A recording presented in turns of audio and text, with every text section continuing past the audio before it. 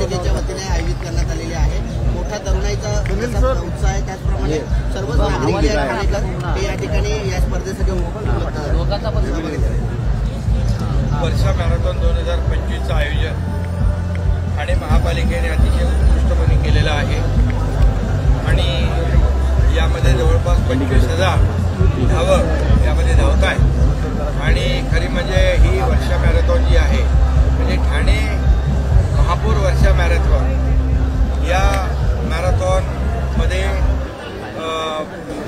जिल्ह्यातून जिल्ह्याच्या बाहेरून सगळीकडून धावक येत असतात आणि खऱ्या अर्थाने मला आठवत आहे की ठाण्याच्या ग्रामीण भागातले आदिवासी पाड्यावरची मुलं देखील यामध्ये येऊन परफॉर्म करतात आणि चांगला नंबरही काढतात, यशही मिळवतात।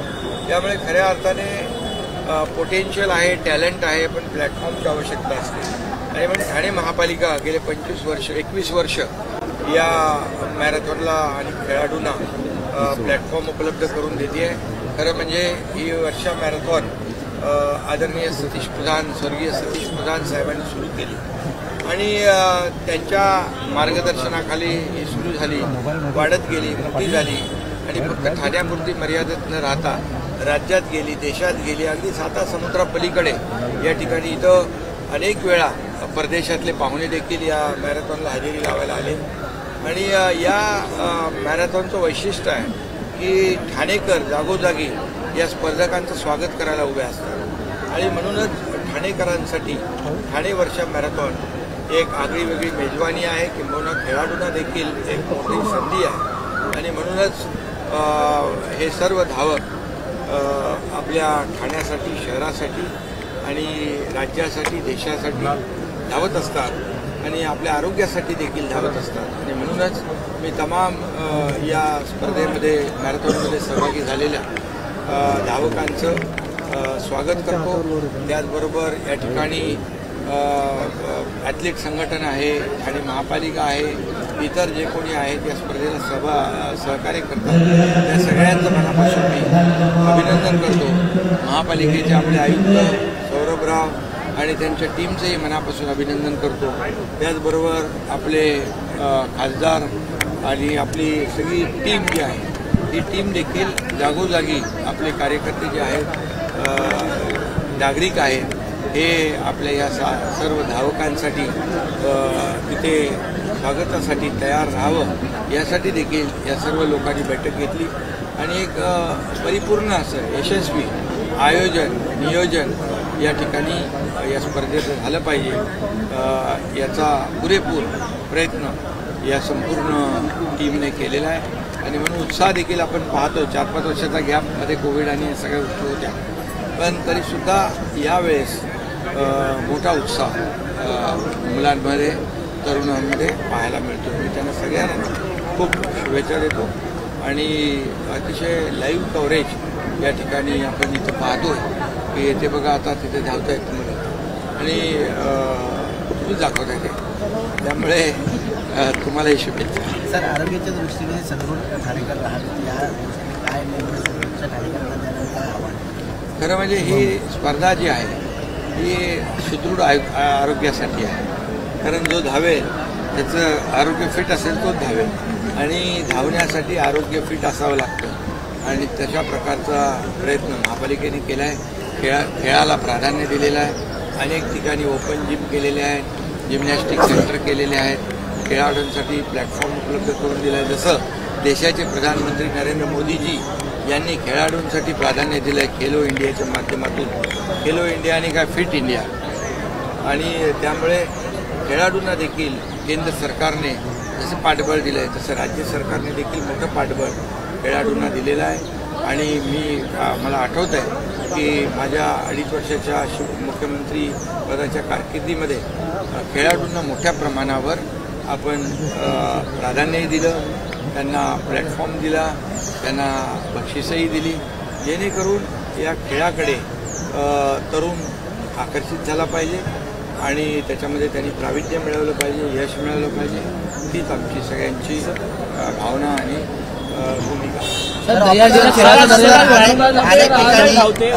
जे जवान आहेत ते जखमी झाले होते. मात्र रक्ताची कमतरता इथून पुढे भारतीय जवानांना पडू नये यासाठी चंद्रहार पाटील आणि शिवसेनेच्या वतीने 1000 रक्तदान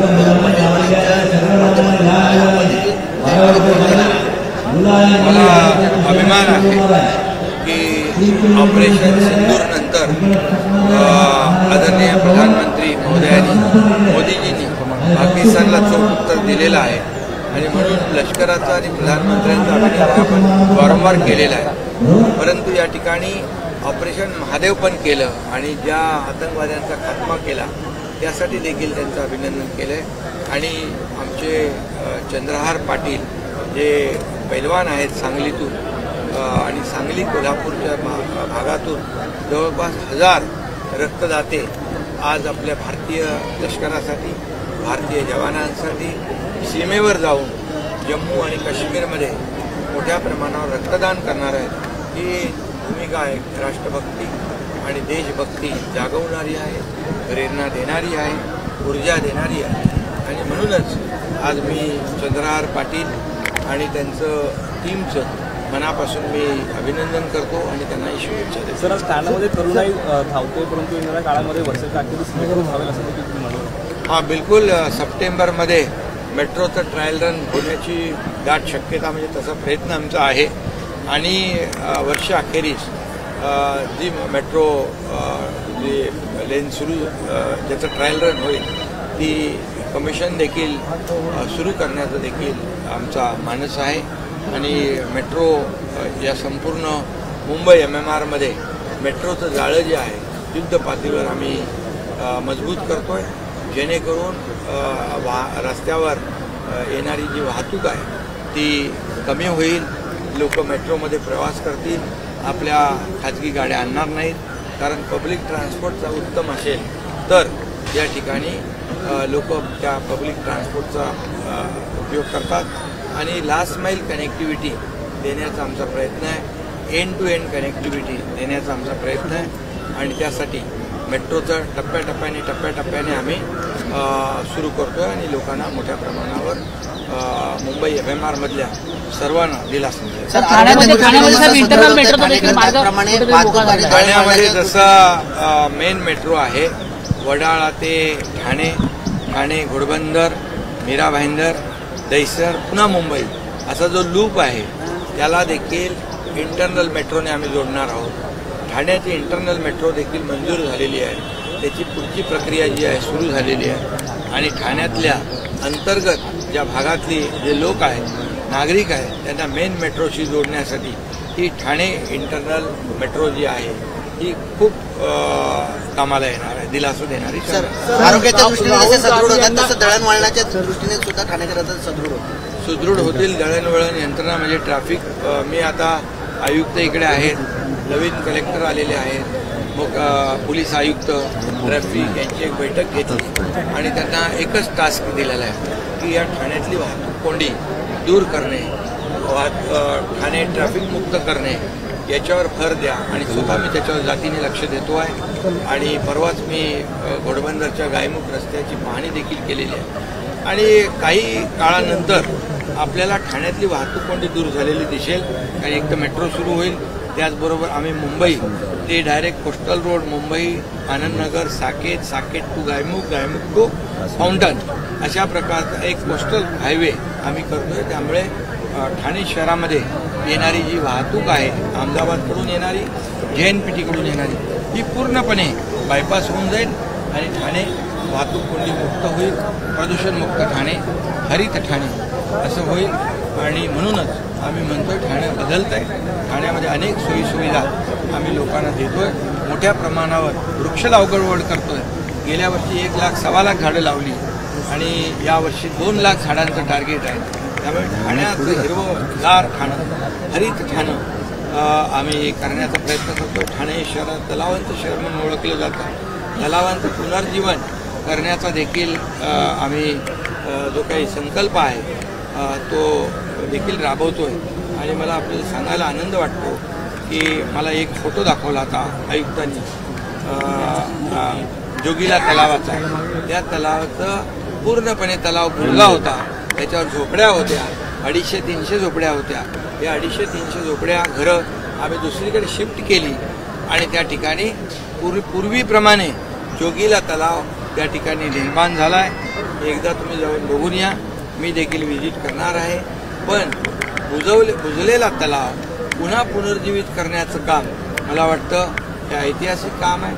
आणि ठाणे शहर हे पहिलंच शहर असेल की मोठ्या प्रमाणावर लोकांना शिफ्ट करून तलावाचा जो काही पूर्वीप्रमाणे तलाव आहे तो परत तसाच पुनर्जीवित करण्याचं काम महापालिकेने केलं. साहेब गडकरी रंगायतन कधीपर्यंत पत्रकार परिषदेत सांगितलं त्याचे पुरावे द्या नाहीतर माफी मागा. या सगळ्या उत्तराकडे तुम्ही कसं पाहता? ते 70 मिनिटाची पत्रकार परिषद घेत तिथं ते निवडणूक आयोगाचं ते हे दाखवत होते प्रेझेंटेशन आणि तिथं पाहिलं आपण कोण कोण कुठं कुठं बसले होते. त्यामुळे तो जो काही आरोप आहे तो खोटा आरोप आहे आणि तो आरोप वारंवार ते करतात आणि त्यांना ती सवय झालेली आहे. कारण जेव्हा ते जिंकतात तेव्हा आरोप करत नाहीत, जेव्हा ते हरतात तेव्हाच आरोप करतात. निवडणूक आयोगाने सांगितलं त्यांना ॲफिडेव्हिट करा, तुम्ही आमच्याकडे या, परंतु ते कुठलं ॲफिडेव्हिट करत नाहीत कारण त्यांना माहिती आहे आरोप खोटा आहे. आणि म्हणून जेव्हा ते लोकसभा जिंकले तेव्हा त्यांनी आरोप केला नाही, जेव्हा तेलंगणा जिंकले तेव्हा त्यांनी आरोप केला नाही, कर्नाटक जिंकले तेव्हा त्यांनी आरोप केला नाही. पण जेव्हा विधानसभा निवडणूक हरले तेव्हा लगेच त्यांचं सुरू झालं EVM आणि निवडणूक आयोग. आणि मी एवढंच सांगतो, यामध्ये कुठल्याही परिस्थितीमध्ये त्यांना पराभव पचवता येत नाही. जनतेने दिलेला कौल पचवता येत नाही. हा केवळ आणि केवळ या महाराष्ट्रातल्या लाडक्या बहिणींचा अपमान आहे, लाडक्या भावांचा अपमान आहे, लाडक्या शेतकऱ्यांचा अपमान आहे आणि लाडक्या महाराष्ट्रातल्या तमाम मतदारांचा अपमान आहे. आणि त्यांनी भरभरून आणि आम्ही जे महायुतीने काम केलं, एकीकडे विकास, दुसरीकडे लोकाभिमुख कल्याणकारी योजना यांची सांगड घातली आणि म्हणूनच दैदिप्यमान असा विजय आम्हाला मिळाला. तो त्यांना हजम होत नाही, त्यांना पोटदुखी झालेली आहे. त्यांनी सरळ बाहेर आरोप करण्यापेक्षा निवडणूक आयोगाकडे जा, न्यायालयामध्ये जा आणि तुमची कैफत मांडा. पण फक्त आरोप आणि आरोप आणि आरोप. आणि त्यासाठी या महाराष्ट्रातली जनता सुज्ञ आहे. काम करणाऱ्या लोकांच्या मागे महाराष्ट्रातली जनता उभी राहते. आम्ही 2.5-3 वर्षात जे काम केलं ते तुमच्या समोर आहे आणि म्हणूनच जे घरी बसतात त्यांना कायमचं घरी बसवण्याचं काम या महाराष्ट्रातल्या जनतेने केलंय. अरे बाबा, हे 232चा आकडा कधीही महाराष्ट्राने पाहिला नव्हता. विरोधी पक्ष नेता होण्या इतकं देखील संख्याबळ त्यांच्याकडे नाही. हे दुर्दैव आहे. हे कटू सत्य पचवता आलं पाहिजे. आम्ही लोकसभेमध्ये मान्य केलं, जनतेचा कौल मान्य केला, मग ते कौल मान्य न करता फक्त आरोप आरोप आरोप करतात. आणि त्यांनी निवडणूक आयोगाकडे जाऊन जे काही निवडणूक आयोगाने म्हटलेलं आहे ते करावं, पण ते करत नाहीत कारण ते खोटा आरोप करतात.